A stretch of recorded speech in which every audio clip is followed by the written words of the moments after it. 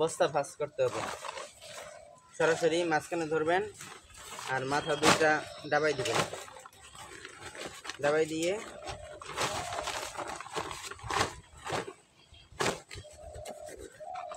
ভাঁজ করতে অনেক অসুবিধা, বলটানো যেটা, আর এটা অনেক সুবিধা। খুব সহজে এইভাবে, ঠিক এইভাবে এই যে একটা করে ভাঁজ করবে, একটা করে ভাঁজ করবে, একটা করে ভাঁজ করবে, প্রতিটা বস্তা একটা করে ভাঁজ করবে। মাঝখানের দিক, বাইরের দিক দিলে ভালো দেখা যাবে না, এর জন্য মাঝখানের দিক। বলটাইলেও ভালো দেখা যাবে না, এমনি সবগুলো মনে করেন যে একদম সুন্দর দেখা যাবে, সব এক মাপের। এখন আমি বস্তায় মাটি উঠাবো এবং কি পরিমাণ সার দেবো এই ভিডিওতে দেখাবো ইনশাল্লাহ। চলুন তাহলে।